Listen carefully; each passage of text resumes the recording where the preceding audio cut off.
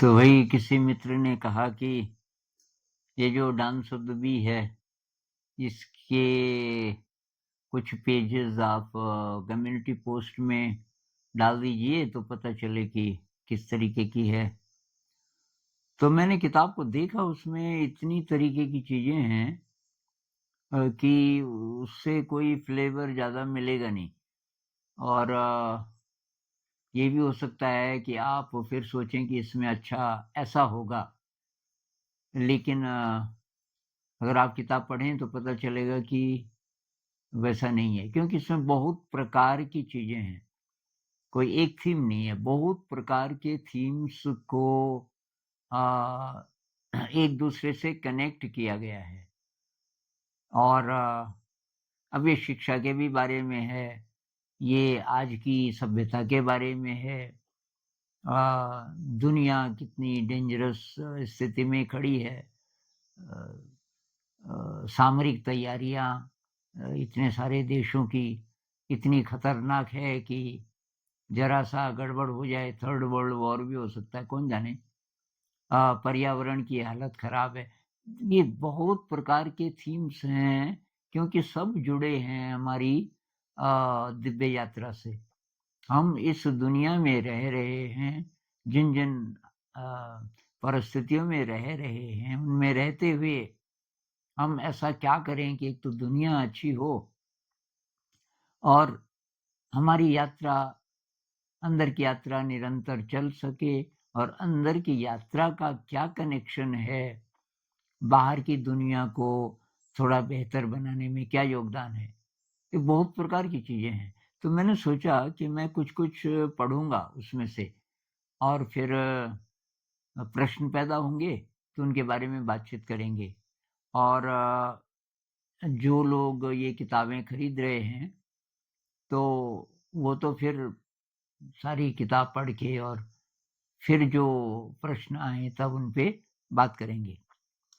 जो ये किताबें खरीदना चाहते हैं नए लोग, वैसे इसके बारे में 2-3 वीडियो छोटे-छोटे बनाए थे, पर फिर भी मैं जानकारी दे देता हूँ कि ये 2 किताबें हैं। एक है डांस ऑफ द बी, और एक हिंदी में है सा विद्या या विमुक्तये, ये वाली। और ये दोनों किताबें अभी हमारे पास हैं। और आज ही हमने 200 इनकी और कॉपीज़ छापने के लिए हमारे दोस्त हैं नवीन भाई, बैंगलोर में रहते हैं, उनको वो हमारी बहुत मदद कर रहे हैं। उनको हमने बोल दिया है कि भई ये 200 और कॉपी छापो, क्योंकि बहुत सारे ऑर्डर्स आ रहे हैं। और तो मतलब कमी नहीं है किताबों की। हम और छापते जाएँगे, क्योंकि जैसे-जैसे आप खरीद रहे हैं, वो जो पैसा आ रहा है, ये मैंने अपने हाथ में लिया है कि पब्लिकेशन का, क्योंकि ये किताबें रही गई, कितने साल हो गए। ये डांस ऑफ द बी और साविद्या या विमुक्त ये करीब 20 साल पहले की लिखी हुई है। हम अभी तक नहीं छाप पाए थे। क्योंकि अब छपने का नंबर तब आता है ना जब बाकी काम ठीक-ठाक चल रहे हों, टीचर्स की सैलरी इत्यादि-इत्यादि। तो अभी मैंने कहा भई अब इंतज़ार नहीं करेंगे। अब और चीज़ें हो ना हो, जब तक मैं हूँ ठीक-ठाक, तो जितनी किताबें छाप सकते हैं, ये मैसेज तो जाए ना दुनिया में, ये मैसेज जाना चाहिए। और हार्ड कॉपी की वही वैल्यू है कि आप कंप्यूटर में डाल सकते हैं उसको, ये पीडीएफ फॉर्मेट वगैरह-वगैरह में हो सकता है बाद में कभी करें, लेकिन अभी डिमांड भी इसी की है, हार्ड कॉपी की।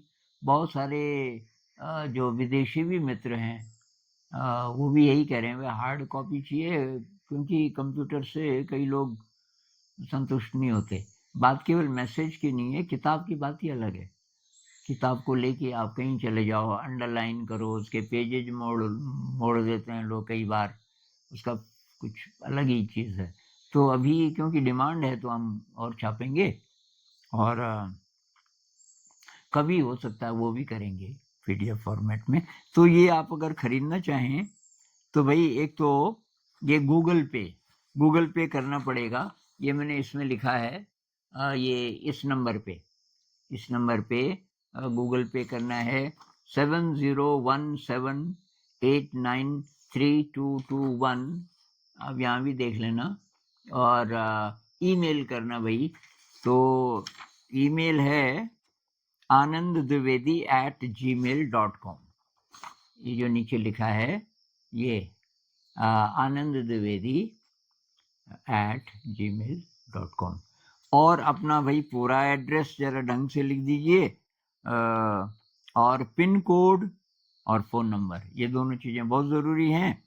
और पेमेंट का स्क्रीनशॉट, जब आप ये ऑर्डर प्लेस करोगे, ये गूगल पे करना है, और उसका पेमेंट का स्क्रीनशॉट, तो हमें तब सुविधा रहती है। उसको अलग अलग कैटेगरीज हम बनाते हैं ना भाई, किस किस का ये स्क्रीनशॉट आया, किसका नहीं आया, बाई चांस तो उसको दोबारा लिखेंगे। किसका पिन कोड नहीं आया तब तक भी हम पोस्ट नहीं करते, जब तक पिन कोड, क्योंकि बहुत इससे पिन कोड और फ़ोन नंबर, तो जो कुरियर आएगा ना उनको सुविधा होती है। तो मैं थोड़ा थोड़ा इन दो किताबों से आज पढ़ देता हूँ। तो एक तो है साविद्या या विमुक्तये, ऐसे ही मैं रैंडमली खोला, पेज नंबर 30 पे ये डायलॉग है। इसमें डायलॉग है, एक गुरुजी हैं कोई, थोड़ा सीनियर है, उनका अनुभव ज़्यादा है, और कुछ 5-6 स्टूडेंट्स हैं जो कि यूनिवर्सिटी से पढ़ाई भी कर रहे हैं, और ये शिक्षा पे डायलॉग है। तो ये गुरुजी कहते हैं थोड़ा सा अज्ञात के बारे में, अननोन, जहाँ हम मेडिटेशन से भी पहुँचते हैं, जहाँ जेन्युइन क्रिएटिविटी भी ले जाती है, अज्ञात। तो ये कहते हैं, मुझे लगता है कि अज्ञात का जरा सा भी स्वाद कोई चख ले तो उसकी दृष्टि बदल जाती है। तब पता चल जाएगा कि जिस आनंद को मैं जीवन भर ज्ञात चीजों में ढूंढता रहा और वो मुझे नहीं मिला, वो आनंद तो अज्ञात में है। अज्ञात का क्षणिक स्पर्श भी तन मन को रोमांचित कर देता है। इसीलिए यह बहुत महत्वपूर्ण है कि हम बच्चों में शुरू से ही अज्ञात की यात्रा का संस्कार डाल सकें। तो ये था साविद्या या विमुक्तये। एक छोटा सा पीस मैं यहाँ से भी पढ़ लेता हूँ। डांस ऑफ द बी का इंट्रोडक्शन में लिखा है, evening had descended on the lofty Himalayan mountains, and the valley had become mysterious, with long dark shadows deepening, flowing into each other, melting various individual forms of nature into a single seamless whole. The western sky still held the glow of sunset, and a few stars had silently appeared in the dark blue sky. We walked in silence through the pine forest. The touch of the cool breeze, the sighing canopies of lofty pines, the hum of the river, the unseen villages twinkling with dim lights, all blended together into an unbroken perception. The cool, dark, fresh air was scented with starlit pines, which my body touched and breathed. Beyond the forest, we could see our village gaily lit in kerosene lamps. तो इसका हिंदी में मोटा मोटा मैं meaning बता देता हूँ। तो इसमें जो मेन कैरेक्टर है वो अपने गांव ले जा रहा है दो लोगों को जिन्होंने इस तरीके के गांव नहीं देखे, ट्राइबल कम्युनिटी नहीं देखी। तो हिमालय के ऊंचे शिखरों पर शाम उतर रही थी, और जो घाटी थी वो बहुत रहस्यमय होती जा रही थी, क्योंकि जो शैडोज थे, परिछाइयाँ थी वृक्षों की, पहाड़ों की, तो वो एक दूसरे में ऐसे घुल मिल रहे थे कि एक ही चीज बन रही हो, जैसे सबकी सब एक ही चीज के हिस्से हों। और पश्चिम के आकाश में अभी भी डूबते सूरज की थोड़ी सी लालिमा थी, और कुछ तारे चुपचाप आकाश में प्रकट हो गए थे। हम बहुत साइलेंस में चल रहे थे पाइन फॉरेस्ट में से चीड़ के जंगल से, और ये ठंडी हवा का स्पर्श और ये जो पाइन के बहुत ऊंचे ऊंचे वृक्ष थे चीड़ के, तो उनके शिखर, उनके हरे शिखर, नदी की गुनगुनाहट और अदृश्य गांव जो कि जगमगा रहे थे, केवल लाइट्स दिख रही थी, ये सब के सब एक ही परसेप्शन में मर्ज हो रहे थे। मतलब सब एक साथ महसूस हो रहा था, इस व्यक्ति को एक साथ महसूस हो रहा था। तो मतलब इसमें टच भी है और इसमें दृश्य भी हैं, इसमें आवाजें भी हैं, ये सब। The cool dark fresh air was scented with starlit pines, और तारों के प्रकाश से जो जगमगा रहे थे, कौन जगमगा रहे थे, बहुत मुश्किल सेंटेंस है हिंदी में ट्रांसलेट करना। कूल डार्क फ्रेश एयर, जो हवा थी, जो फ्रेश ताजी और डार्क अंधेरी और ठंडी, वो ये पेड़ों की खुशबू से सराबोर थी, और इस खुशबू को मेरा शरीर सांस भी ले रहा था और छू भी रहा था।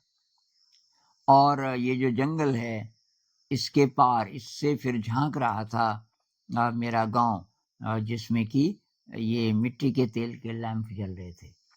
तो इसमें अगर आप बहुत ध्यान से इसको पढ़ें, तो इसमें एक ऐसा परसेप्शन है जिसमें हमारी सारी इंद्रियां एक साथ खुली हैं। एक ध्यान विधि भी है ना, शिव जी कहते हैं कि ये जो 5 नदियां हैं इंद्रियों की, इन 5 नदियों को मिलने दो अपने अंदर।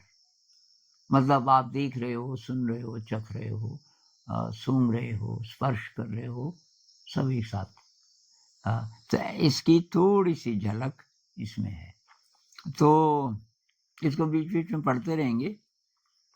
हिंदी की किताब में भी आगे चल करके इस तरीके की चीजें हैं। ये दोनों किताबें हैं तो अंतर यात्रा के बारे में, लेकिन दोनों का प्रेजेंटेशन बहुत अलग है, और ये बहुत अलग अलग ढंग से इसको प्रेजेंट किया गया है। तो नमस्कार।